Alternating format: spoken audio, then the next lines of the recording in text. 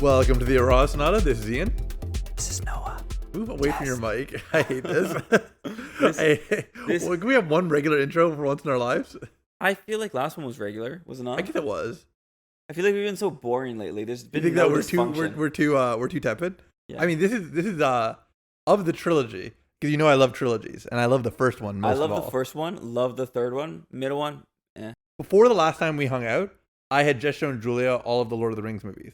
And on this rewatch, I realized how much I loved the Two Towers.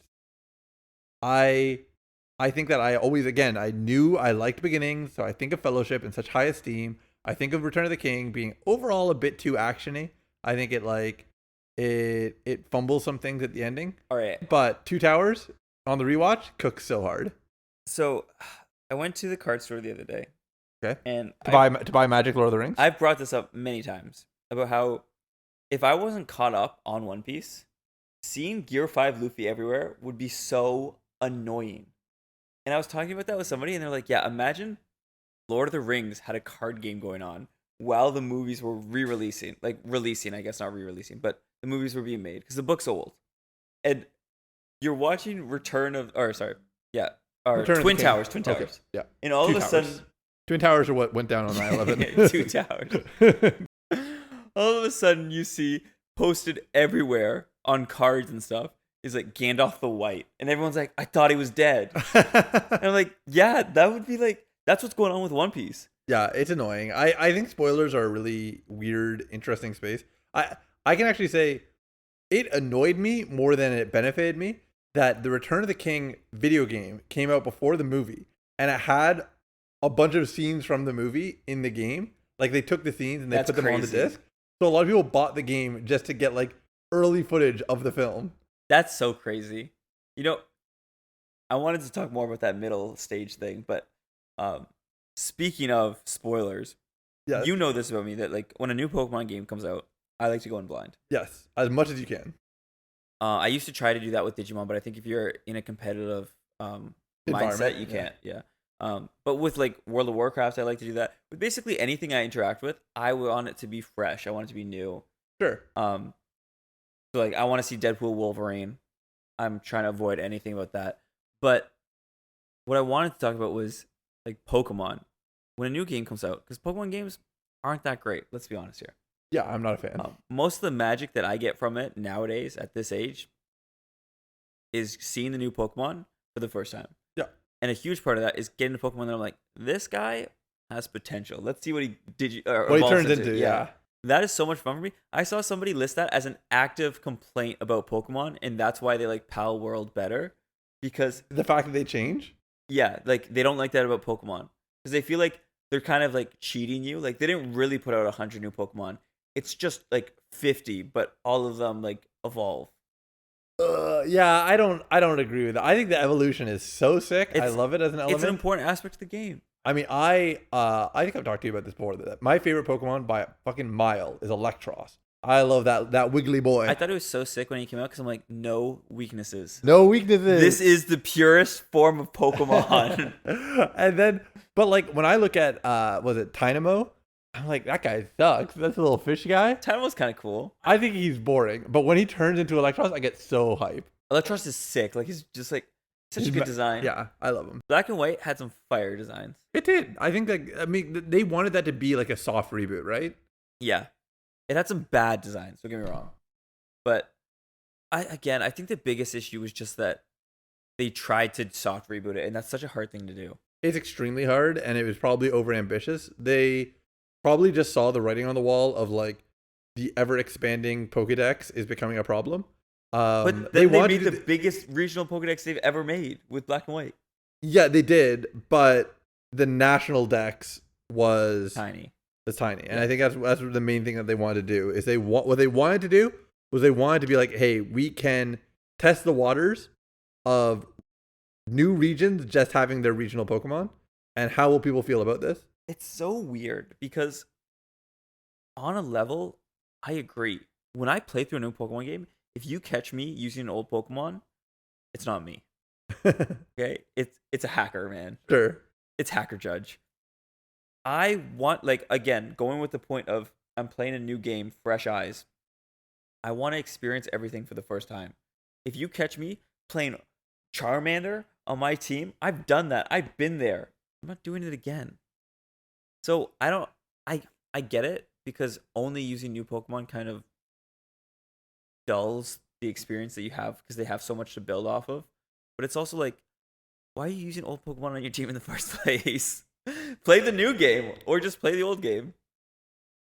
Yeah, I get where you're coming from. I think it's a really weird experience. I'm so outside of Pokemon at this point that I've just accepted that I don't enjoy the games. The only part of it I enjoy a little bit is I enjoy competitive Pokemon a little bit, but even that I kind of left in university. Okay, I love the Pokemon IP. I Yes. think it's so good. I think it's solid gold.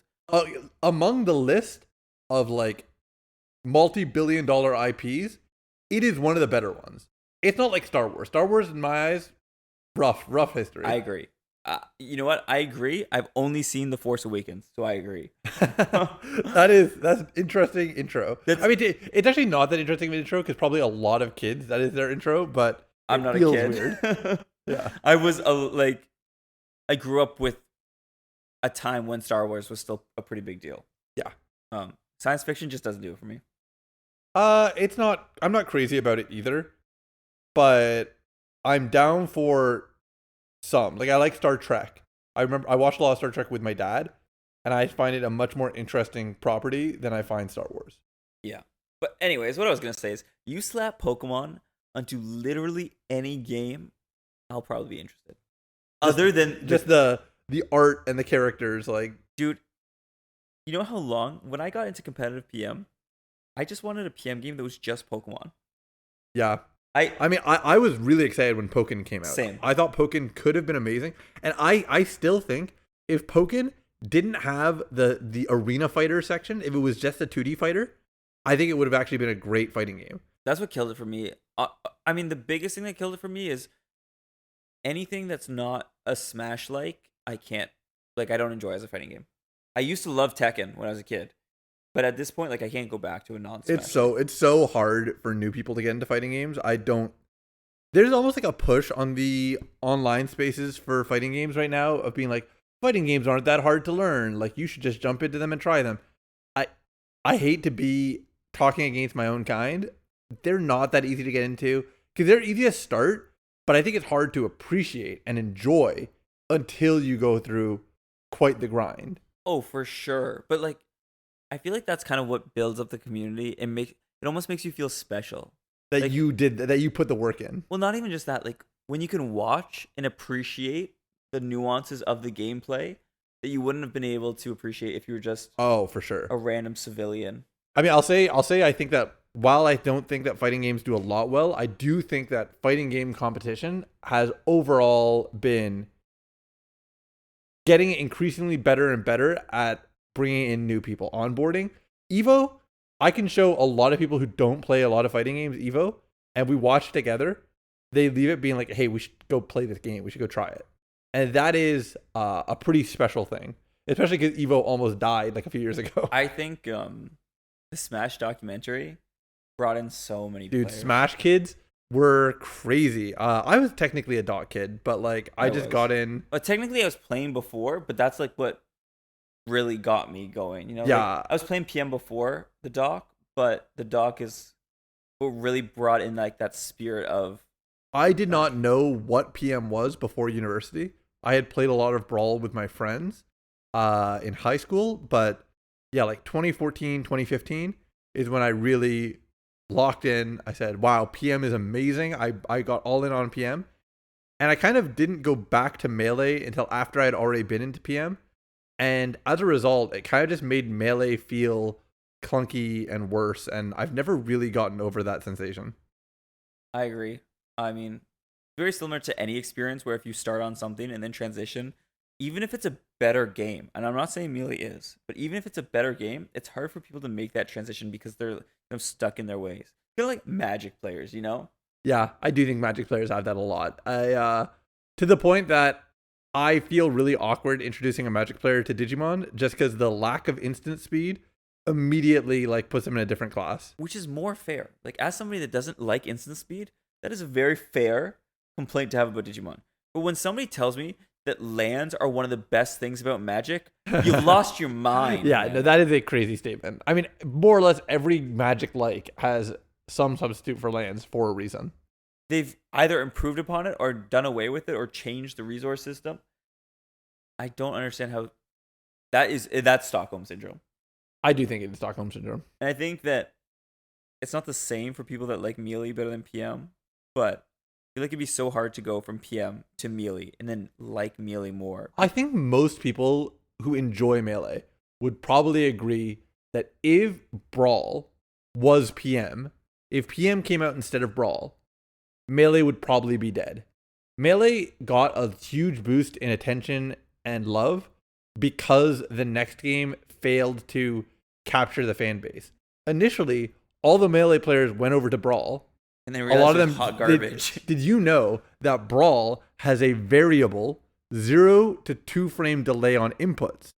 So, if you are inputting things frame perfectly, as you would for most combos that you want to execute well, there's a built-in chance of failure. Tripping is like emblematic of how the inputs work in the game. Yeah. So if you want to be a competitive Brawl player, you have to use the buffer system, which is like it puts it into a completely different class of game. Versus Melee, which has, for all intents and purposes, no buffer. Yeah, I think that's a really interesting thing to think about on this Super Smash Bros. Podcast. Well, this is because this is the branded special Ian episode, extended cut. the extended cut. The episode of Ian. Do you want me to talk about PM? Because I was gonna say I've got a PM fun fact. Yeah, let's hear it. Let's hear about your trips. You got 3 stories. I have done a couple things. So right after we parted ways last time, I went down to Detroit. I committed to it mostly as a trip to see old PM players that I haven't seen in a while. By the way, I'll just preface this. I call it PM still. It is technically P+, but 1, P+ is bad for algorithms, and 2, it is PM. Like, they rebranded it for some reason just for the sake of... I thought it was like C&D reasons. No, it's because the dev team technically doesn't include like a lot of the old members. So they were like, this is technically a mod of a mod, but spiritually it is just a continuation of PM. And like functionally it is as well. And nobody plays classic PM anymore. Everyone plays P+. But anyways, so I went down mostly to see the PM crowd. And I said, I'm going to grind for like 2 weeks leading up to it. And I go down and just have a good time and hang out. I went down to Detroit. And I fucking took names. He won the whole thing. He's a millionaire now. He's met President Obama. All right. I'm not going to go that far. But like, I mean, like the top player there is probably, I think, ranked 4th in the world right now. So he did take it. Yes. But Name drop. Well, it's wrong country. It's Brad. We hate Brad. We hate Brad. So I went down to the tournament and I beat top members of the Michigan PR. I beat a top 50 player in the world. It's actually my first top 50 player win. Mostly because I don't travel to a lot of events and Canada doesn't have a lot of representation on top 50. And I just like, I went from being seeded to come, what must have been like 20th in the tournament. I mean, I was underseeded. I was poorly seeded, if I'm honest, but I was seeded to come 20th and I came 5th. And like that moment of being like, everybody slept on me and I showed up and I like took names, felt so fucking good. And it is to the point that like for the first time in many years, I am taking PM seriously. I'm going to be traveling multiple times this year and I'm going to be trying to get a top 50 ranking this It would have year. been so much cooler if you pulled like a Falco Master. You want me to come first and then run away? Yeah, but also like hide your face so nobody knows. I'm 6'10". Dude, nobody will know. You'll show up with the face mask and everyone will just be like, hey, Ian. I am definitively the tallest PM player there is. You actually could not hide if you tried. Yeah. I also play on a Smashbox, which is like a very distinct thing. Is it still distinct? Yeah, it is. There's a lot of different box style controllers now, but most are built on a firmware that came out after the Smashbox existed. They're built on B0XX firmware, or firmware. And it controls slightly differently. There's slightly different lists of rules. B0XX firmware is generally the more popular one now, but I switched over to a box style controller in 2017. So I just went with what was available at the time, and I've kind of stuck with it. Classic Magic player. Yeah, exactly. I never want to learn. So that was Detroit. I had a super fucking good time. I am currently grinding. I am currently next. I am going to Ohio for Riptide, also known as Undertow, which is going to be a like probably 150 player Project M tournament. And that's really my chance to face a lot of players that are really good from outside of the Midwest region. A lot of players from New York and from California are going to fly in for it. And so I need to be ready because I need to keep taking names event after event if I want to make top 50 this year. Because that is your goal. That's my goal. It's an ambitious goal. That is your mid-year resolution. I'm kind of a good player. He's got 6 months. You got 4 months? 5? Yeah, it's a short period of time. I'm not confused about the circumstance. But like the thing is, I've been at or near this level of skill for years. The reality is I just haven't been going to events that qualified. Now going to these Michigan tournaments, going to the Ohio tournaments, I'm going to have enough on my record to qualify. So now it's just all that matters is performance.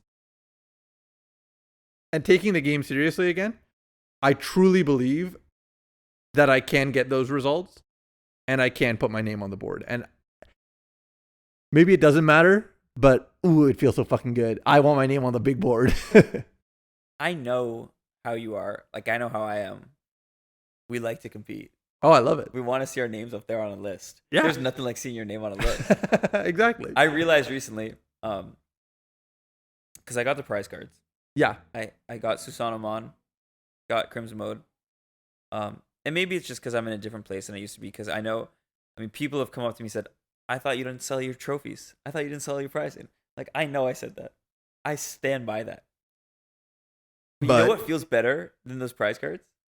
That I didn't think was true, but now I do, is actually just winning and having your name on a list. Yeah, I actually think that the prize is so secondary. Because when I started playing, I was playing for the prize. Like, when I started, I was like, this is what I want to win because I want those prizes, but now I just want my name on a list. Yeah. In a good way. Well, no, I mean, like, genuinely. I actually don't know how he's performing right now. But the fact that I know the name Dan Vang is worth more probably than every reward that Dan Vang has got. Oh, yeah, for sure. And he's so well known in the community for more than just his accolades. Although, like, at the beginning, he was just tearing it up. And I definitely think, and you know, it's funny, Kiki said to me after I came first, so I was like, this is my first win. And he said, you've definitely topped, like, come first before. I was like, no.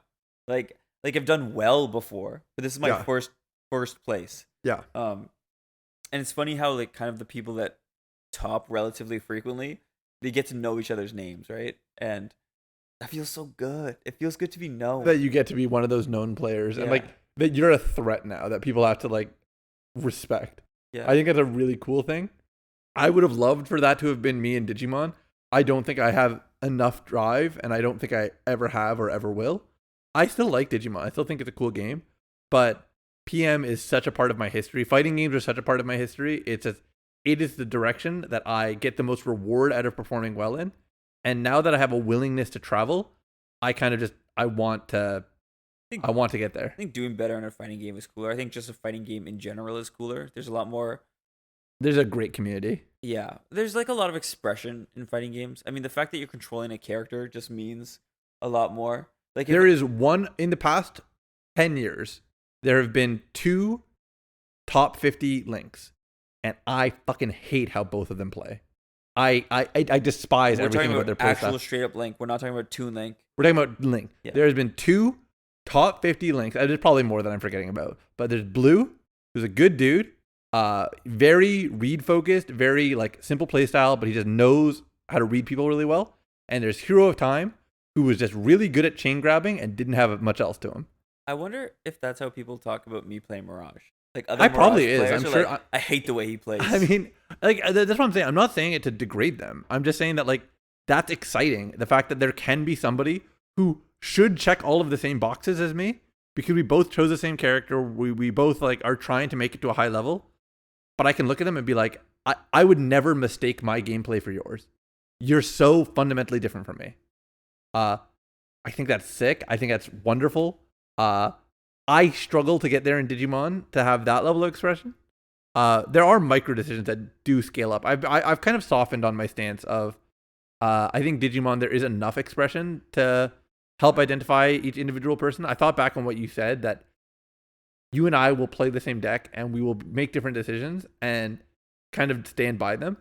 And I think that is skill expression and that is personality expression. And you also, I think that's cool. And like you said, your favorite part of the card game, Building. And that is where I've got to say like 80% of your expression comes into play. Yes. Because I topped back in May as well.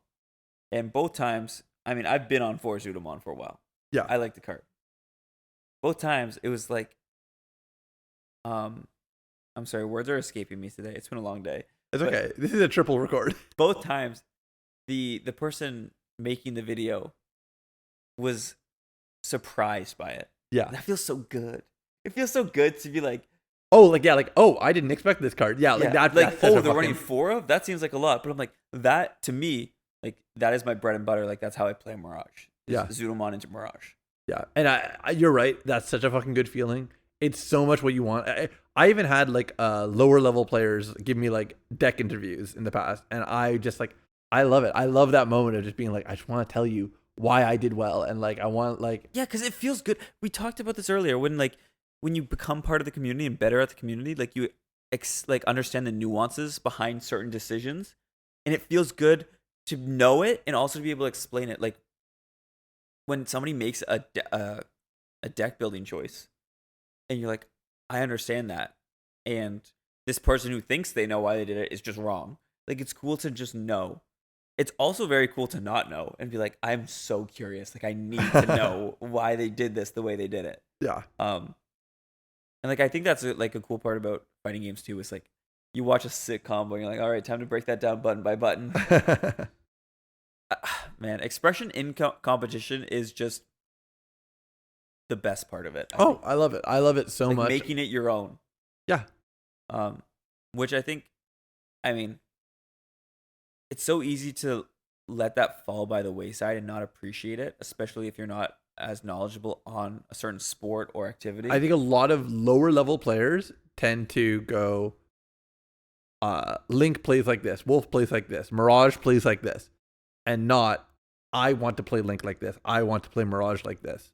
And like that is a pretty key distinction. Yeah, and it's so I mean that's where the issues of net decking come in. One of my favorite parts of getting into not just a competitive game, but any game in general, is that learning phase. Yeah. Especially if there's a lot of information out there online. Like, was it Smashboards that I used to read? Like, yeah, Smashboards is popular. Oh man, I'd read so many guides for different PM characters. Oh yeah. I just spent that was what I was on my phone constantly just reading guides. I love that learning phase. Because like you want to be good, but you're not there yet, so it's frustrating. But you have all of this knowledge in front of you to consume. Oh yeah. And that's so much fun, like for Digimon, just reading about it like nonstop when you start out. Or even now I've been learning it more about swimming, like what goes behind like the mechanics of swimming. Yeah. And like, cause somebody did an interview like, oh, I didn't have a good lane. I'm like, what's a good lane? Like, what is a good lane in swimming? I need to know. Or even just like the band swimsuits. It's so interesting to learn about the little factors that you don't think of. Yeah, but the people who are invested like are so invested in it. Yeah. Yeah. No, I'm with you entirely. I kind of part of me wants to take like this newfound excitement for PM and just like stretch it into other fighting games, and I kind of am. I'm playing Street Fighter again. I'm about to play 2XKO, as I mentioned. 2XXKO. 2XXKO. This fucking 2XXKO. Yeah. XXKO. I actually don't know the name of it. It's 2XKO. There's not 2 X's. No, it's 2 times knockout. Got it. That's what I thought, but I swear when you went on your YouTube channel and they recommended it said 2XXKO.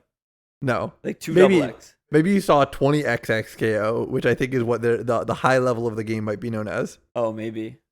20XX. Yeah. Classic The FD. classic. So that's Detroit. That's PM.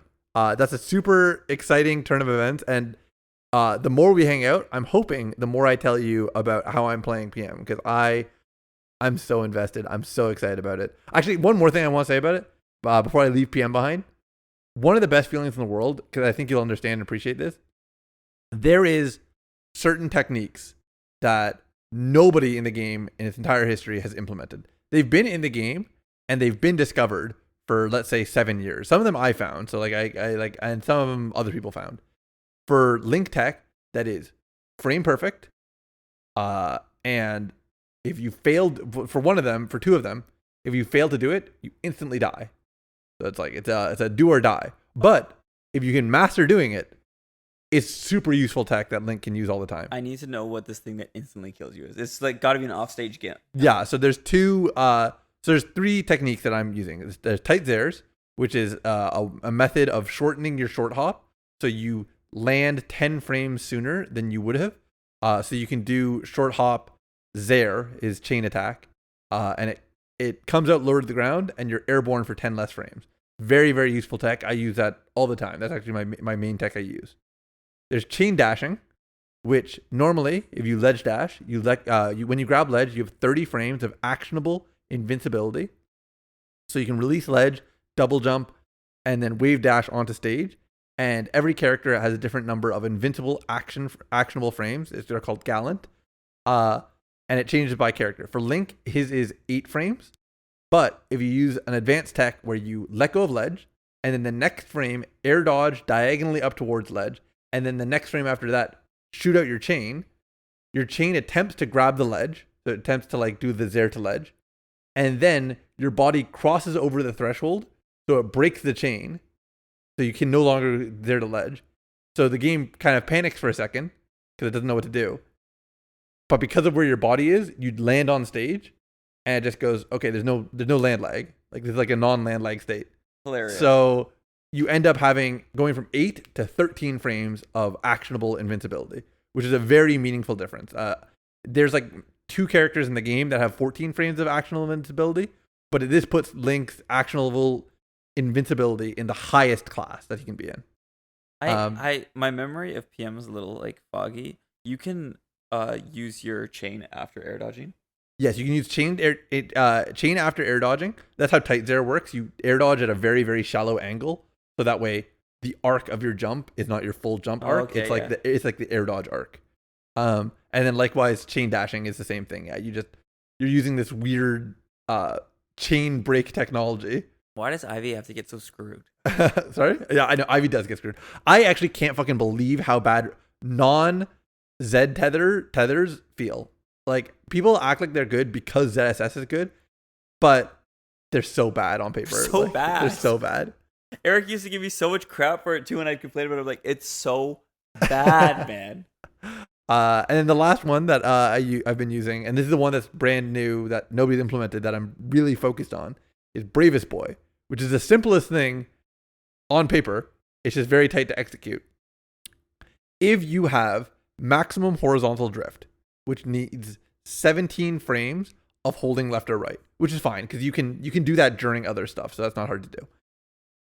And you're holding a bomb, you can release the movement stick, release the bomb by hitting Z while holding neutral, then return to holding neutral stick the hard direction, and up air exactly 5 frames after you release the bomb.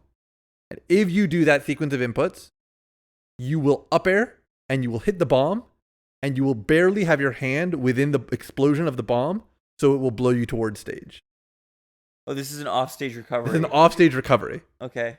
So you have to get a bomb, and then do or die, get this input, and if you miss it, you'll hit the bomb, and your hand won't be in its hitbox, and you'll just fall to your death. This sounds just worse than the bombing yourself while recovering. So it's objectively better for like for several ways, but the most important is bomb jump, where you throw the bomb up and you up B into it.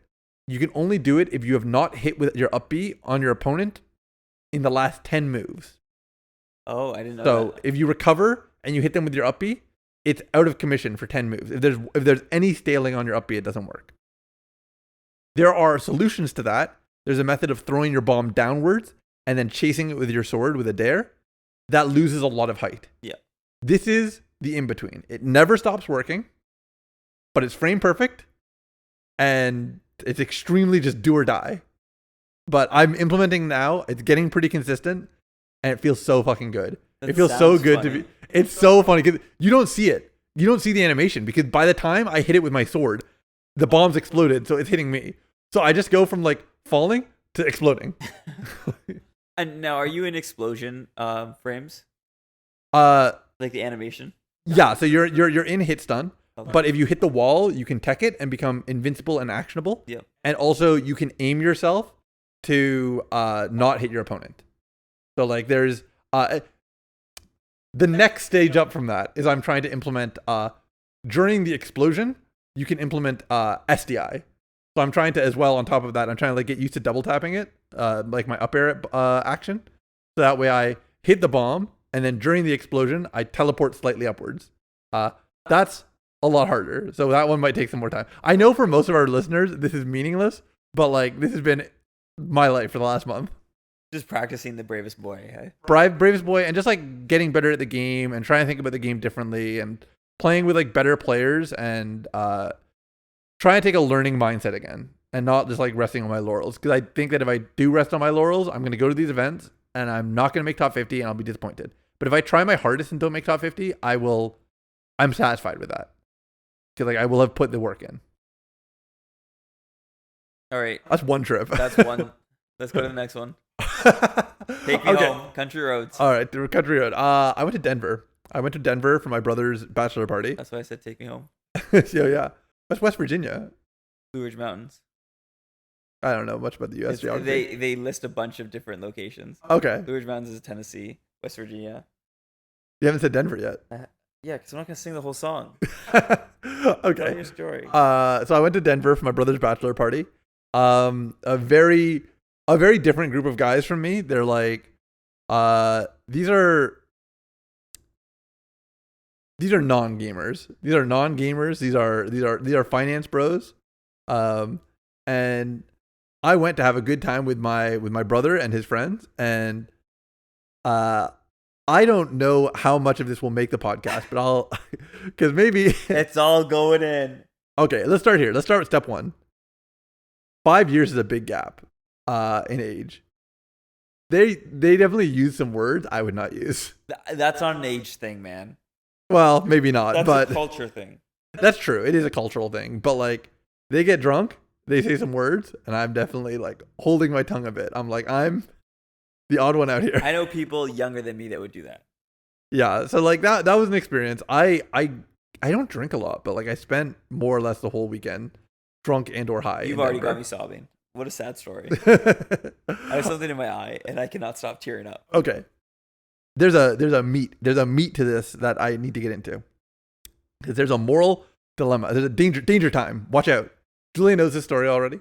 I'm presuming you didn't because you're a good Christian boy. But a lot of people, bachelor parties involve some kind of strip club experience. Oh, yeah, my brother wanted me to have. I had my bachelor party just a while ago, short while ago. Did I tell you that? Yeah, you did. And my brother really wanted there to be strippers. I probably don't want them at my bachelor party. So if you are part of the groomsmen, I would encourage that not to happen. I've never been around a stripper. I'll just say it right now. I was my first time. I did not love it. I have no desire. I mean, I think it. Now, if Suzune was there, now no, I described it to Julia as I truly believe it was like playing a gacha game. This is about to get so bad. No, I'm a big believer that the function of a strip club and the function of a casino and the function of mobile games is extreme overexposure, tricking you into not tracking time, and attempting to microtransaction you rather than like charge you directly. Yeah. So I think those factors, I exited the strip club. I took out my phone. I texted Julia and I said, Julia, I get what it's like to play Genshin Impact again. I'm at the strip club and all of these girls are reminding me of Genshin girls. No, that's that was like my first thought. So we went to the club. A lot of stuff happened. Several of them were pretty explicit, like they were hookers, and they were like, "Hey, like this is the prices." I was like, "They were out the gate with it." I have questions. Sure. I have so many questions. But Yeah, I knew you would. We haven't even gotten to the danger time. Did you get special attention? Like Because of my size? Yeah. Was anyone like, I want to climb you like a tree? Yes, people say stuff like that, but that's also because like the function of a strip club is everybody gets special attention. Yeah, but nobody's gonna come up to me and say, "I'm gonna climb you like a tree." They'd be like, "I'll climb you like a bush." They're like, "I'm gonna step on you." Well, I mean, that's a feature. So I mean, like, yeah, like I got like special attention, but like it's more or less what you expect. Like girls show their breasts, and like you stand around. Did you get up on stage and pretend to be a pole? No. You touch the ceiling. What do you think like the strip club experience is like? I don't know, man. I'm telling you, it's like a gacha game. That's your number one. It's a bunch of bright lights that trick you about how much time has passed, and it was like It's not dark. It's bright in there. it's like I would describe it as neon. Like there's Okay, like there's a lot of bright lights in there, and like there's no windows. Like it is very explicitly that is the element of it that's like a casino. It's like, hey, we want to keep you here as long as possible. We went in. Immediately, we'd already been drinking and smoking, and I said, "Hey, I just want a water."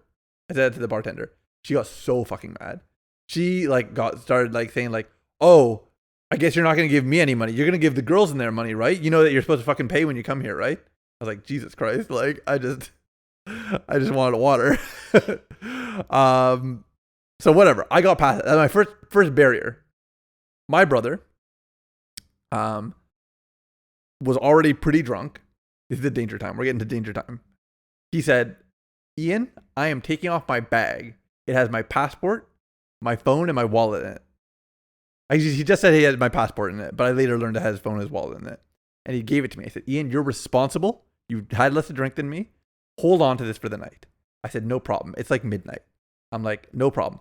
By the way, it's midnight. I should start here. It's midnight. I have to leave for my flight at 8 a.m. next day. So I'm already like, I'm going to be here for a short period of time. Whatever. An hour goes by. We pay for like Eric to get like special dances. And I don't know if this is normal. Every special dance has to happen in the back room. They always go like, we don't do dances out here. That is normal. That Okay. happens every time I go. Sure, whatever. So my brother goes and he goes into the back room and we hang out. My other brother who's with us says, "I'm getting fucking tired. We have to leave at 8 a.m. tomorrow." My eldest brother and his friends, they're staying till 5 p.m. They don't have to worry about wake up. I do, and my middle brother does. So my middle brother goes home. I'm still there with the bag. I hang out. It's 3 a.m. I go, I gotta fucking go to bed. Like this isn't working. So I go over to my eldest brother and I say, "I am going home. I'm giving you your bag back." And he goes, "No, I'm so drunk. Stay a little while longer. Keep hold of it." Fine. I'm not thrilled about it, but it's his bachelor party. I'll take the L. I stick around. It's 4 a.m. I'll leave for my flight at 8 a.m. the next day. I'm still drunk. Is your flight leaving at 8 or? My flight leaves at 11. Okay, So okay. I'm leaving for my 3 flight. hours, Yeah. I go over to a member of the groomsmen, Patrick. Eric's in the back room. When he leaves, he goes for like a fucking half hour. It's a long, long event. It's hookers. No, they're not, because we know the price they charge. Like, they're, for some reason, they are generous with the dance period. Okay, wait. How much did the hookers cost? So much money. Like thousands or 10,000 Not 10,000. 1,500. 1,500 for the night. USD for the whole night. for the night, or $500 an hour. What is the night? So That's they a steal. 1,500 for the night or $500 an hour? You mean 12 hours a night every day of the week. I don't think I think the idea is that you run out of steam and then you just they'll just leave you and You you'll just go to cuddle. bed. Yeah. I mean, if you're gonna do it, I think you pay by the hour is the idea. No shot. You think you by pay the- for the night? I mean, yeah, you just have to do more than 3 hours and you're good to go. You're saving money. I think that most people would say the experience is not going to last longer than 2 hours. It's better to just pay for the 2 hours. Okay. At that point, just get it in under an hour. Yeah, speed run it. See, what do you charge by the minute? Can I pay for 20 seconds? That's all I need. So anyway, so Eric goes. He's in the back room, and I'm like, I'm fucking tired. The rest of the groomsmen, other than Patrick, are leaving. I go over to Patrick. Patrick, I'm gonna go with them. I am going to give you Eric's bag with his phone. Again, I didn't know his phone was in there. With his passport and some cash. And Patrick says, I am also drunk. Don't worry about it. I'll handle everything. I said, no worries. Let me give you some money. I try to give him some money. Don't worry, I got it. I said, fine. If you pay for anything, tell me later and I will pay for it. I said, Patrick, do you have your phone on you? And he goes, yes. He shows me his phone. It's like at like 90% charge. I said, okay, Eric is safe. You refuse to take his stuff. I am going to leave. So I take Eric's bag and I leave with it. I get in the car. We drive home. We get an Uber home. And I go to bed. 30 minutes later, Eric arrives home.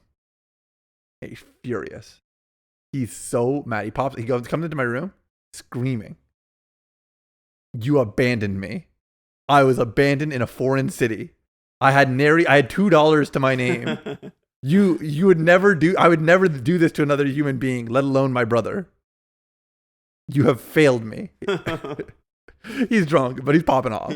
Yeah. And we're sharing a bed, by the way. So it's like he Nice. like says that. He said that, and then he crawls in next to me. And starts spooning you. And I'm fucking wide awake. I have to leave in like 2 hours, and I'm like, well, I'm not going back to bed, so I'm mad. And I get up. I'm awake now. I stay up for the rest of the night. I get on the plane. I come back. I'm tired. I get home. I get a text from him as I get off the plane. I get service again. Tripling down. You abandoned me. You should never leave a friend in a foreign country alone. And I'm like, you're in your mid-30s. It's America. And your groomsman was with you. And like you had all this cash. Like where's the issue? This is your danger time. Was I in the wrong for leaving? No. Should I have done something differently? I would have left so much earlier than that. Man, I would have left. Well, I'm feeling so morally justified here. I probably would have left. There's a small chance that I would have just done all night and slept on the plane. I mean, in retrospect, probably should have done that, especially because he left a half hour later. I just he wasn't around. I didn't have the opportunity. Would he have left a half hour later if you hadn't left? I think he left early because like Patrick told me afterwards that Is he Eric still was mad about this? No, we got over it. We run hot and then we get over it. Because to me, this really isn't a big deal. It was a big deal because I was fucking angry because I was like, I gotta fucking sleep. No, yeah, I get that. Like, I get you being I was mad. unconscious and then I got woken up to this. I'm so steamed about But it. I mean, like, him being mad, I feel like that had to be the alcohol. Yeah, he's an angry drunk. Yeah. I know that. People always But then he said doubled down. That's what I'm saying. Yeah, but he was still hungover. He's still angry. All right. What is it, like a 2-hour flight? No, long. It's like almost 6 hours. From Ohio. Denver. Oh. Why were we talking about Ohio? Because I'm going to Ohio for the Smash tournament. Okay. Clearly I've been listening. in bits and pieces. Yeah. Wow, I really thought you were in Ohio. No, Denver's nice, by the way. We went I almost died in another car again. We went up this mountain and we got a pamphlet at the bottom of the mountain and it said, just so you know, it is ordinary here for within a 1 hour period to get high winds, thunder, and hail. And I was like, that sounds like a good time. That's a good trio. And we got to the top of the mountain, and once we got to the apex, the storm started brewing. And it was downpour, and it was lightning, and it was hail, like the whole way down the mountain. And the whole way down, we were like, we're going to die. There's nobody else on this road. I feel like as a kid, this is so off topic, but it's really on topic. As a kid, I always pictured like high elevation surfaces to be like steep. You know, like I felt like You thought that when you drew a mountain tip, it was like that in real life. no, but I do feel like you could push someone off the mountain and they just like fall, you know, instead of what really would happen where they're just like sliding down the mountain and dying. Yeah. Instead of like just falling off. You thought it was you thought like it was a cliff. Yeah. Oh. Well, like I didn't think all mountains were like that, but I just felt like if you're thinking of buildings. Buildings are like that. Yes, you're thinking of buildings, sir. No, but I felt like if it was a high enough elevation and you push someone off of it, they would just like fall off of it, not like smack against the side over and over as they. So you think if they had a cushioned bottom, if you put a trampoline at the bottom, they'd be safe. In fact, they'd come right back up. If they had water at the bottom, no fall damage. Easy. All right, there's a third story. We don't have time There's for not really a third story. This is my life. My life only has so many interesting things happen in it. In 2 days, it's Eric's wedding. I gotta get ready for this bad boy. As soon as we're done, I'm gonna go upstairs and work on mine and my middle brother's speeches with him. Must be nice. I'm gonna drive 2 hours to get home because that's how far I drove for this podcast. You're welcome. You're listeners. so dedicated. I know. I walked this far actually. Yeah. I'm telling you, you should start taking the train. I just don't like being in control. I don't like not being in control. Yeah, I knew what you meant. So I get it, but it's such an easy ride, and it'll be so much faster. It can't be faster. It'll be faster. No shot, it's faster. You can see the train station from here. To get home, you think it's faster? You take the train back to your car, and then you drive from there. Yeah, the closest train station is like 20 minutes away from me. That's like half the distance right there, and then I have to get on the train. But if it's a 20-minute, okay, if it's 20 minutes, let's take that as a real example. If it's 20-minute drive for you, it will take a half hour to get from here to there on the train. From here to Aldershot. Yeah. It'll take a half hour. And then another 20 minutes. That's an hour. You said, yeah, you said it'll be 2 hours. Well, I had to do it in the middle of traffic. Now. Yeah, but you can dodge traffic on the train. Okay, I get what you're saying. But not on the way home. I'm not dodging No, traffic but if you're saving it on either end of it, then like it's still netting positive. Fine. I'm not taking the train because I have to pay for it. That's a bigger example, yeah. I passed 2 people pulled over in the carpool lane today. I felt so good. I'm like, they do pull people over. They do. It's just rare. As I passed by, my eyes were like glued. I'm like, is there only one person in there? Yes. Yeah, it's a lottery system. Like you're not actually getting pulled over every time, but it's like the penalty for when you get pulled over is supposed to be so high that it discourages you from doing it. I've been on the train with no ticket. I'll say it. You're only charged $200, I think. It's actually on the train for no ticket? Yeah, it's actually so worth it to not pay. There's no way it's so worth it. It's like $13 for a ticket. Yeah, I think in the past year I have not been checked for my ticket.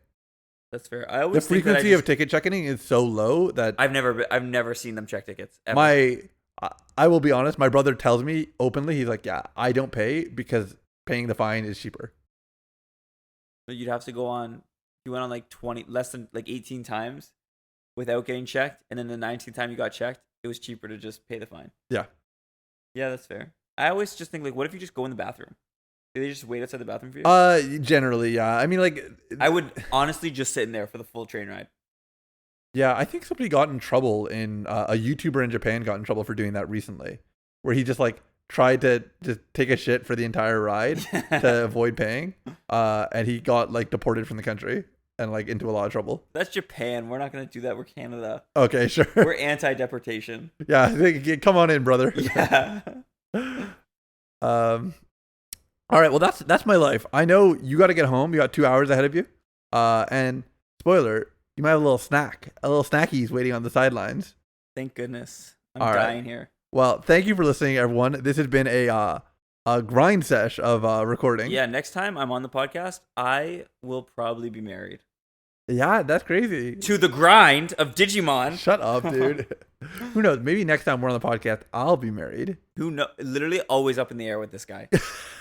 I've made a hard commitment. We put our bet down. If in 2 days Eric isn't married, I will be. And you know what's crazy? It'll be to May. It won't be to Julia. So if Eric mysteriously disappears, you know why. Okay, keep your eye on the obituaries.